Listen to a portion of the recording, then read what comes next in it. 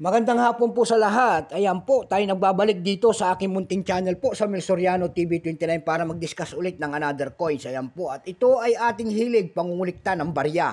Isa ho tayong kolektor at vlogger. Ayan po. Magandang hapon po sa lahat ng kolektor kung saan kayong dako ng mundo po, lalo-lalo ng aking mga subscriber po. Thank you so much po sa lahat. Yun namang hindi nakapag-subscribe dito sa aking YouTube channel at gusto nyo ang ganitong mga topic po about coins. Anyayahan ko po sana kayong makisali dito sa aking YouTube channel tulad ng pagpindot ng ating subscribe button, like and share para ma-update po kayo sa mga latest ko pang gagawin mga video po. Magandang hapon din po sa nanonood doon sa aking FB page po. Thank you so much po sa lahat. Ang pag-usapan po natin ngayon ay 5 pesos po. Ayan. 5 pesos. Ayan. Ayan po ang ating 5 pesos. Year 1991 po. Ayan, napakaganda.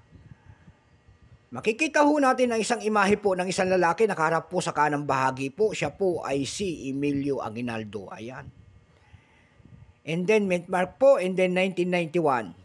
At ang Republika ng Pilipinas, pagkatalikod doon natin, makikita ho natin ang isang 5 pesos po at ang Pictrocarpus indicus. Ayan, napakahirap.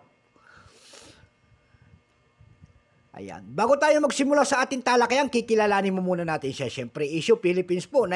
Period Republic 1946 up to date po. Type standard circulation coins. Years 1991 hanggang 1994. 4 na taon lamang po. Value 5 pesos po. Currency piso 1967 up to date po. Composition po nito ay nickel brass.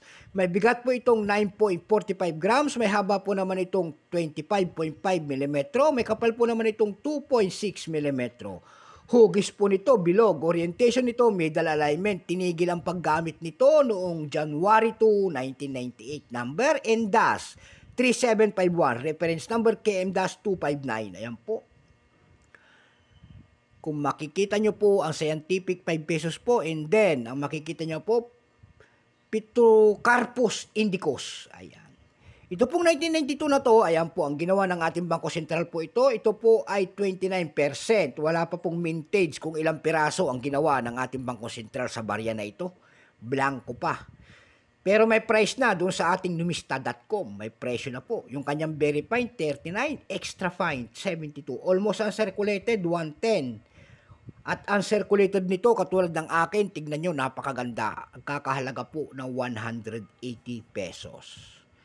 Dako naman tayo sa kanyang price. Doon sa ating ebay.com po, may nagbebenta na nito ng 300 pesos per piece. Doon naman nakakita po tayo doon. Ayan po, nagbebenta po ng year 1991, 1992, 1993. 3 pieces po, nagkakahalaga po ng $13. Meron din tayo nakita doon nagbebenta nito na 1991 na 731 pesos, 736 pesos din. Meron din tayo nakita doon na last na 743 pesos. Ayan po. Doon naman po sa Carousel PH po tayo dumako. Ayan, doon sa Carousel PH po may nagbebenta na nito ng 125 pesos. Meron naman tayo nakita doon. Ayan, si Bray Battery. Ayan. Binibenta mo yung year 2019-91 niya nito na 5 pesos po, nagkakahalaga po ng 1,000 pesos. Ayan po, may nakita po tayo doon na si seller po ay si Glorpia CB. Binibenta po yung year 1991 nito ng 500 pesos per piece. Ayan. Yun lang po ang ating may babahagi po na price nito. Ayan, at sagad na. So magandang hapon po kung saan kayong dako ng mundo po. God bless po sa lahat and take care.